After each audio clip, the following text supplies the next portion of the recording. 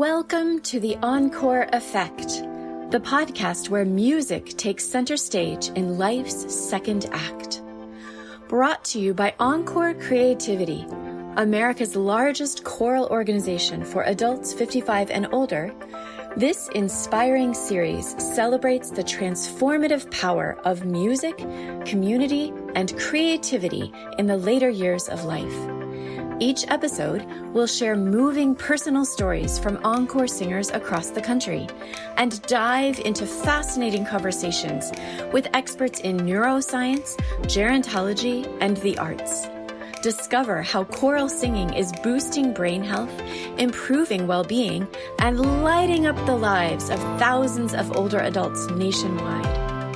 From retirees finding their voice for the first time, to the science behind why doctors are prescribing music for the mind, the Encore Effect proves that creativity is endless. Join us and let the music move you.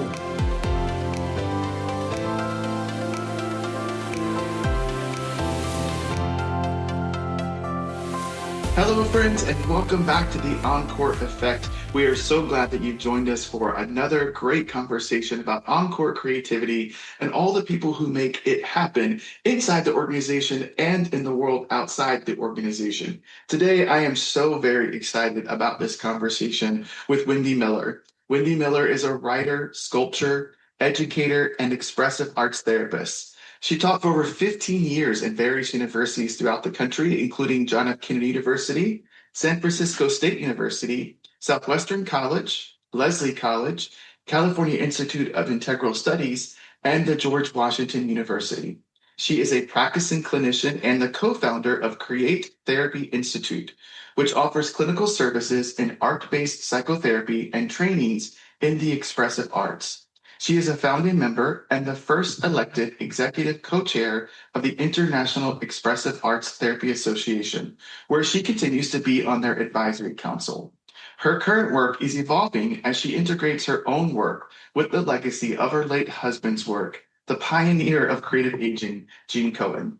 Miller's skills takes her into the worlds of fine art, writing, psychology, expressive arts therapy, and mind-body medicine.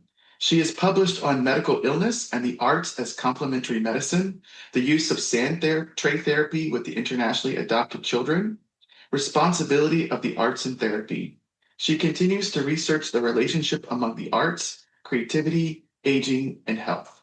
She has published her book from the writing she and Jean did together entitled Sky Above Clouds, Finding Our Way Through Creativity, Aging, and Illness, released in March 2016 from Oxford University Press. Miller is a speaker available for conference notes, conversational readings, and presentations on life cycle challenges and creative aging.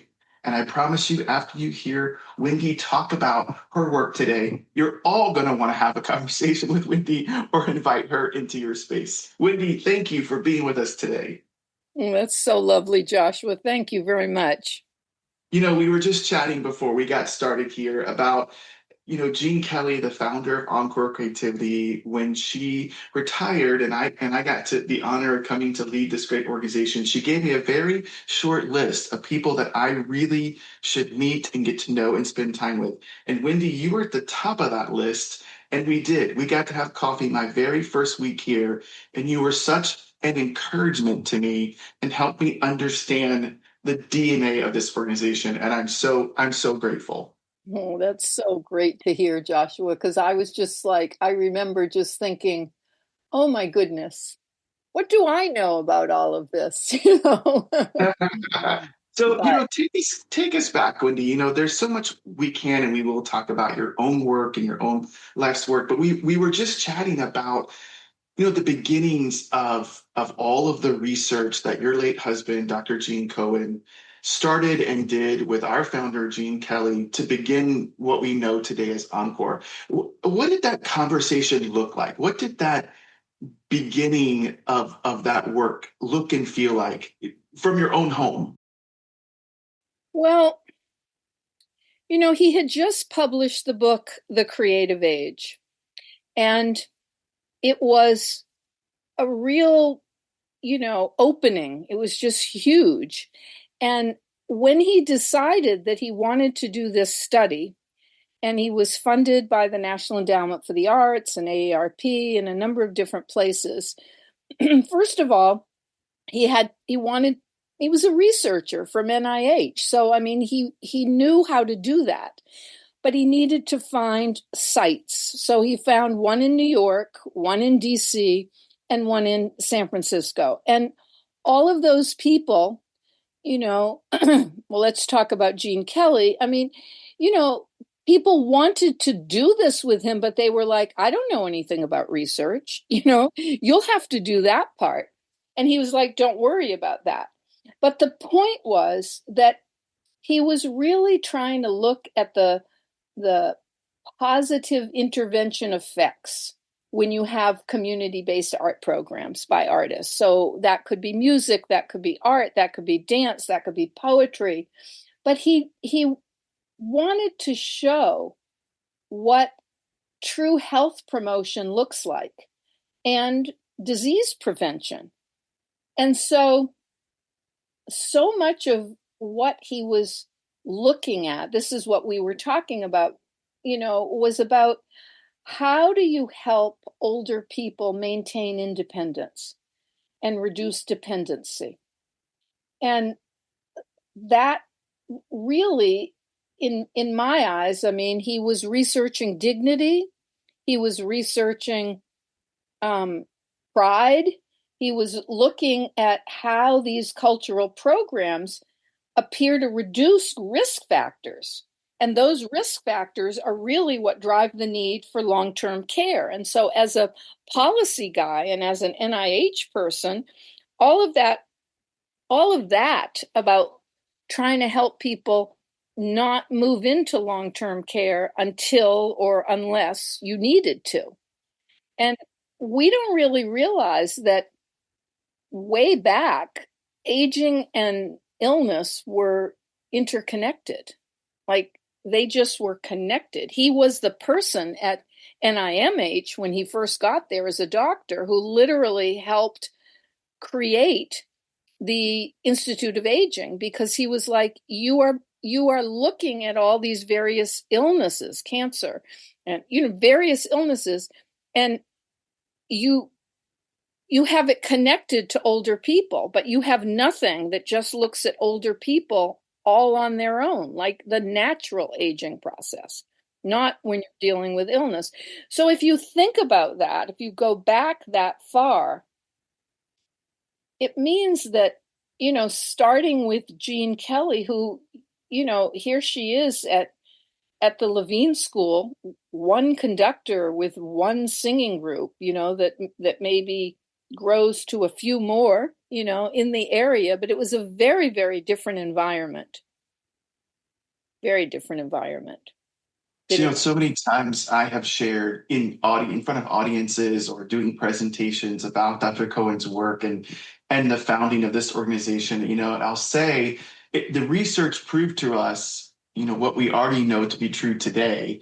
And it was astounding of how good music and the arts are for our bodies, for our brains, for our hearts, for our spirits. And I'll say, this proved that music and the arts can help you have, fewer doctor visits and less falls and fewer prescriptions and better social connection. And I'll say, does that sound good to anybody in the room? And every hand will go way up in the air, right? And it's like, we know that the arts are so good for us. So Wendy, in your work that you do as an expressive arts therapist, and in the work that you saw Dr. Cohen do, what is it about the arts? What's the magic to the arts that really, do all of this for us as people? Yeah, it's a great question. It's complicated, is it not? I mean, It is. Gene very much focused on the brain, and that's who he was. Like, he really talked about plasticity and how our changes, that the plastic brain will change when we learn things and when we experience new things. He loved to talk about the squirrels jumping from trees, or like, how new brain cells grow in the hippocampus and the dendrites, and he just loved that discussion. And it is true, because most of us don't really know what it means to have plasticity in our brain. But also, how are we supposed to learn resilience and improvisation and how to pivot? I mean, think about that. Like, we have to pivot all the time. We have one plan, and then it's something else. I don't know anything that teaches you that the way the arts do.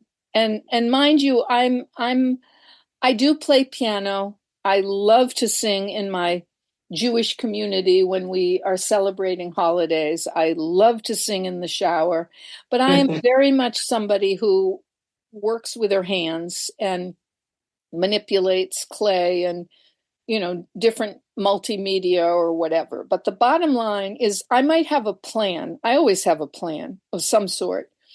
And then something else happens and it changes. And I just think that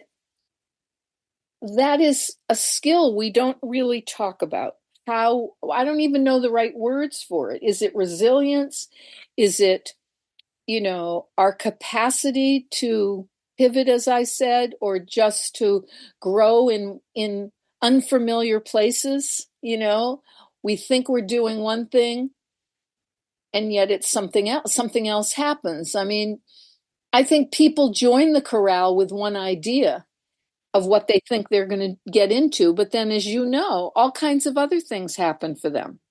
All kinds of other things. I went to a party recently, I think I might have told you this, where one of the conductors who does Encore Rocks was there. And, it was a room full of 30 or 35 people who just, it shifted from who you knew, who you were sitting next to because you knew that person, or who you ate with because you came with that person, to like as if somebody had put a net over everyone and we became one pulse, one brain, one sound in the room. It changed everything, the way people were eating and schmoozing before singing and afterwards. And how do we talk about that? It's real. I don't know the words for it, but I can tell you, I've been an art therapist my whole life. Like, I'm just one of those lucky people who didn't go through a million changes to find her path. I broke my leg skiing when I was 11, and I had to go to this big hospital in a city, and they took me to an art room, and I made my first sculpture, so I was kind of like, when I grow up, I'm going to be that person, whatever she is, whatever you call her, that person who took these little kids and found a way to make us feel better. So I feel so honored. Some people will say to me things like, aren't you going to retire? Aren't you tired of listening to people's problems? Don't you feel really responsible for all of these people? Wouldn't you like to stop? And I'm like, you don't understand what I do. I have this unbelievable window into, an existential exploration of things that matter. When you read my bio, it said life cycle challenges, and that's what I use now because I've done it for so long, and those life cycle challenges have changed over 50 years. But I have the opportunity to watch people find their truth or find what really has meaning to them through their images or through colors or sounds or songs that show up in their head when we're talking. I just call it imagery, the language of sensation that we have that is so authentic to who we are. It's such a gift to be able to work in those realms. It truly is. And I love how the foundation of your answer was the word resilience. And I don't think we always associate that with the arts. And it is so true that, how the arts there's this piece of our life that's woven together. When I've talked to so many guests on this podcast, and we talk about how it's kind of this common thread, the arts, whatever it is, through their lives, and how it helps take them from one place to the next. And I think you're right about our singers. They join because they're looking for something fun to do, or they just love to sing, like you said, in the shower with my Jewish queen or whatever.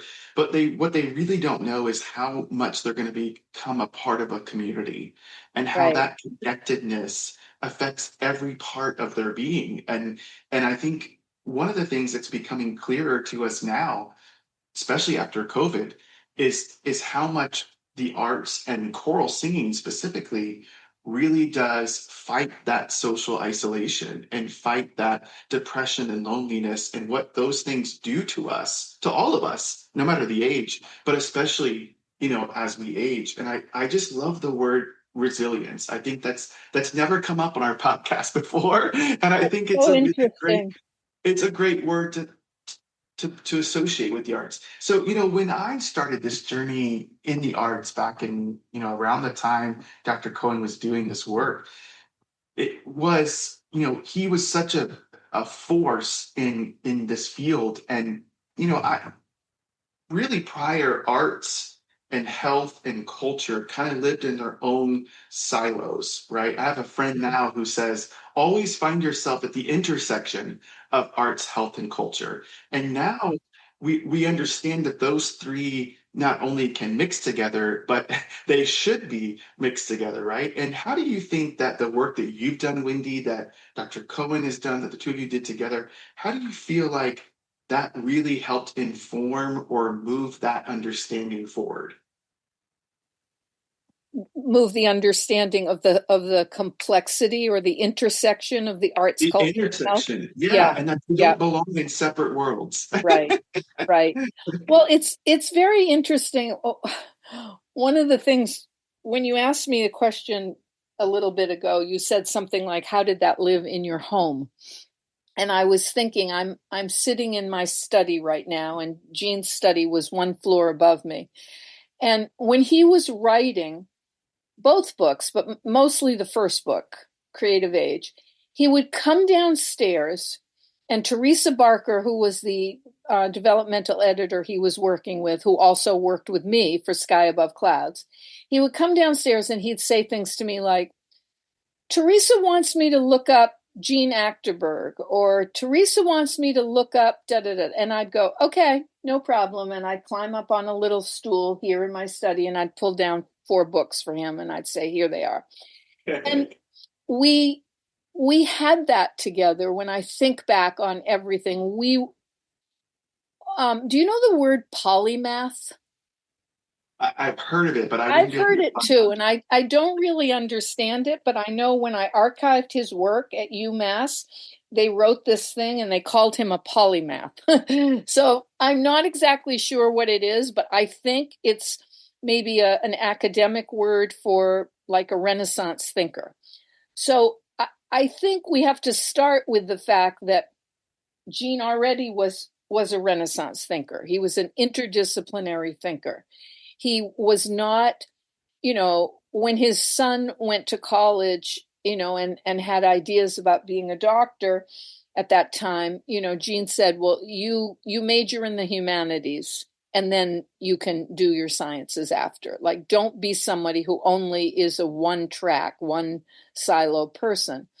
And his center at GW was the Center for Aging and Humanities. I mean, that was very important to him. Everything he ever wrote, all of the unbelievable editorials that he wrote, were always stories that were taken from Shakespeare or Dickens, or, he was a scientist who also was an art person and a humanities person. So we have to start with that. I am also. I mean, to be an art therapist means that I live in the intersection of medicine and creativity.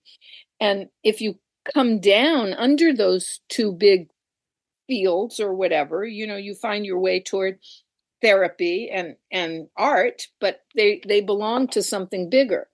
So I think we have to start with the fact that we both were complex thinkers and we were interested in overlap. And the other thing is what I said earlier about where he was, and he was very creative for the world that he was in.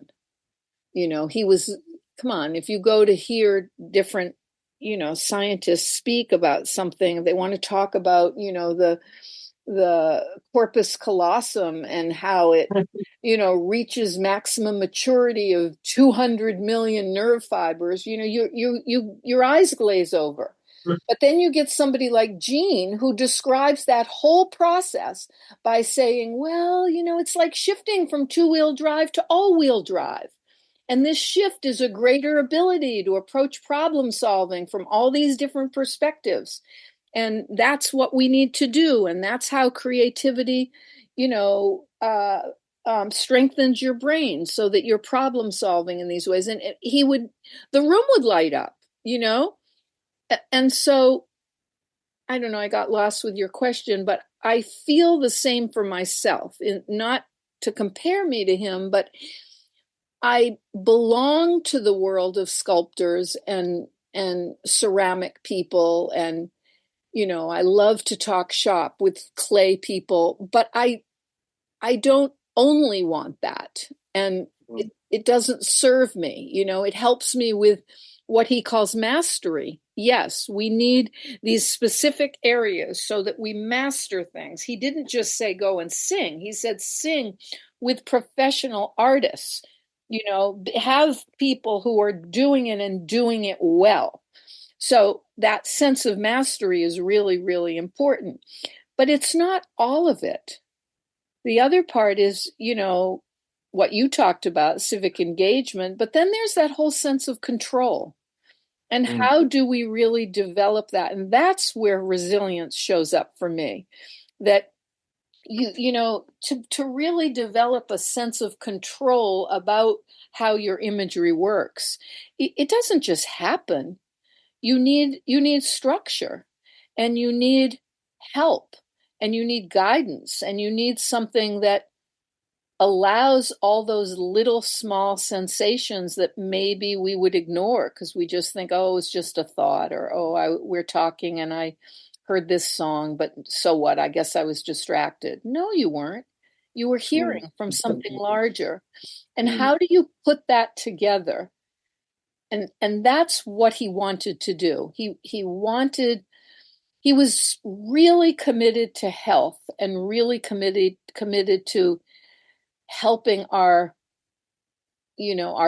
systems work to support that. I mean, the world really lost him way too early because he would have been all over it in terms of all of this stuff around healthcare and all of that.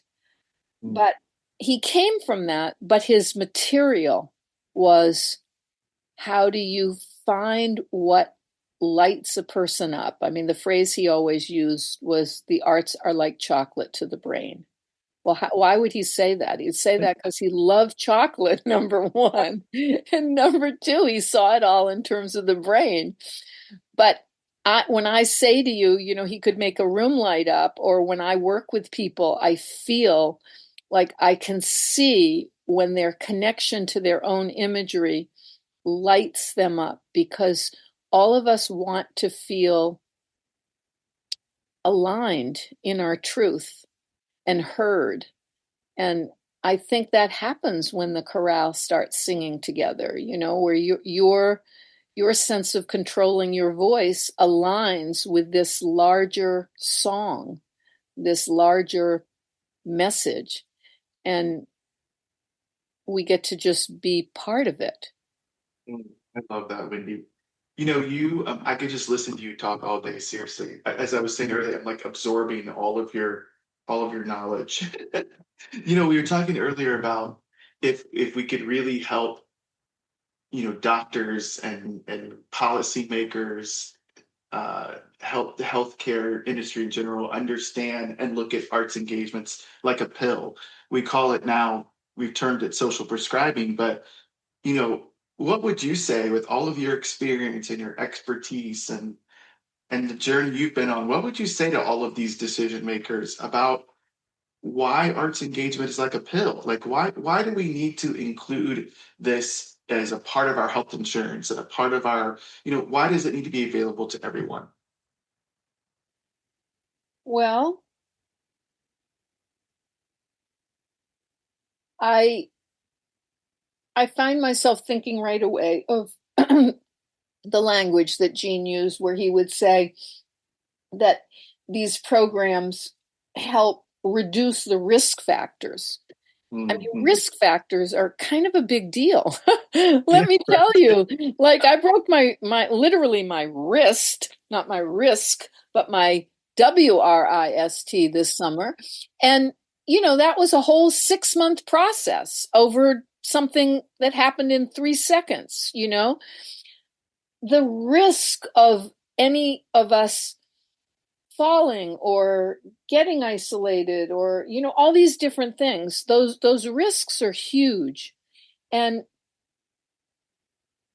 I feel that medicine is remarkable, right? I mean, if you break your wrist, you love that doctor knows exactly what to do, to go in there and put this little thing, and here I am umpteen months later with a perfect wrist, just like he said to me, do you want this to work like your other one? So doctors are phenomenal.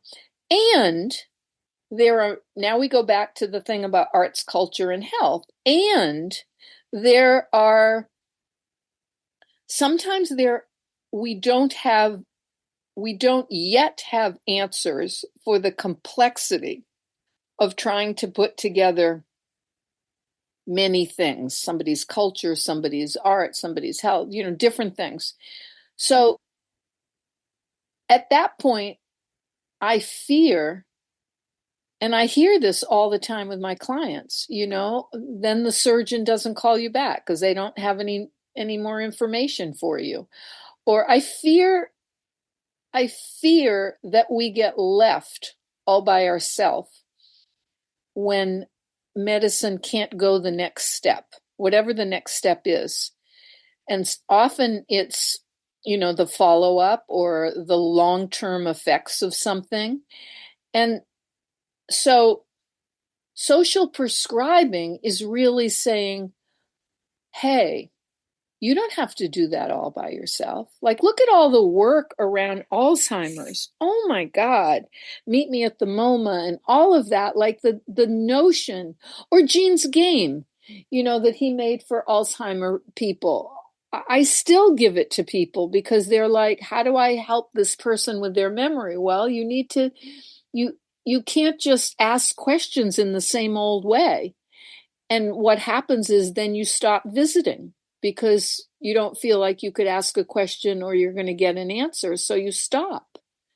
So I guess I'm trying to talk about whether it's medicine or just humanity, where we we are challenged by something we don't have an answer for. And if we just say, okay, well, there's nothing I can do, I'll just leave them by themselves now. That is not a good answer. And we have to get creative. And so social prescribing to me is like the medical world is understanding that they don't have to just say there's nothing I can do. They can begin to move into some other realm. Are they moving fast enough? Will they study the language of creativity in the arts in the same way as they've studied science and medicine? Maybe not, but some will. And you know that like in Canada and in England, doctors will prescribe going to museums or for loneliness, but also for socialization. So it seems just like, of course, this is going to happen, that people are finally going to say, oh my God, what are you doing? What happened? Well, I've been singing with this group. Well, whatever you're doing, keep doing it, and after a while, they're going to start saying, what? A lot of people are singing, you know what I mean? Or they're all making art. What are they doing? Brilliant. I have so much I want to say to you about all of that, and we're out of time. That's always the We're way gonna it have to goes, have you isn't back it? for part 2 and part 3 and part 4 of this conversation. Seriously. Oh, I think it's just wonderful that you do this. Okay, well, as we leave, though, I have one more question. So, to anyone who's listening, 55 or older, who's saying, I've never done anything in the arts. I've never sung in a choir or taken a dance class or taking a painting class, but they want to try. What advice would you give them? I would probably give them the same advice that I hope we heard as kindergartners, which is this is not about whether you can do it well. That's what stops people usually. Like they say, I get this question all the time. Well, of course you feel that way because you're good at this, or your work comes out good, or, like as if, i.e., the arts equal talent. But Right. that isn't true at all. It's not true. It's all about, it's the same thing as everything else in life. You have to show up. It's that simple. You have to show up.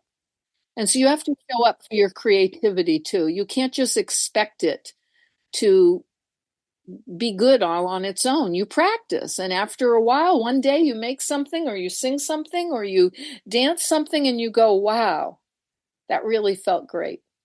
But you have to show up.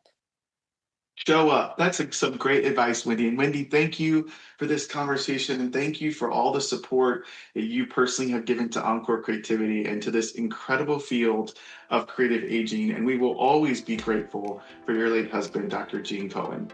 Thank you. I really appreciate that. Yeah, and thank you, listeners, for joining us. We'll see you next time on The Encore Effect.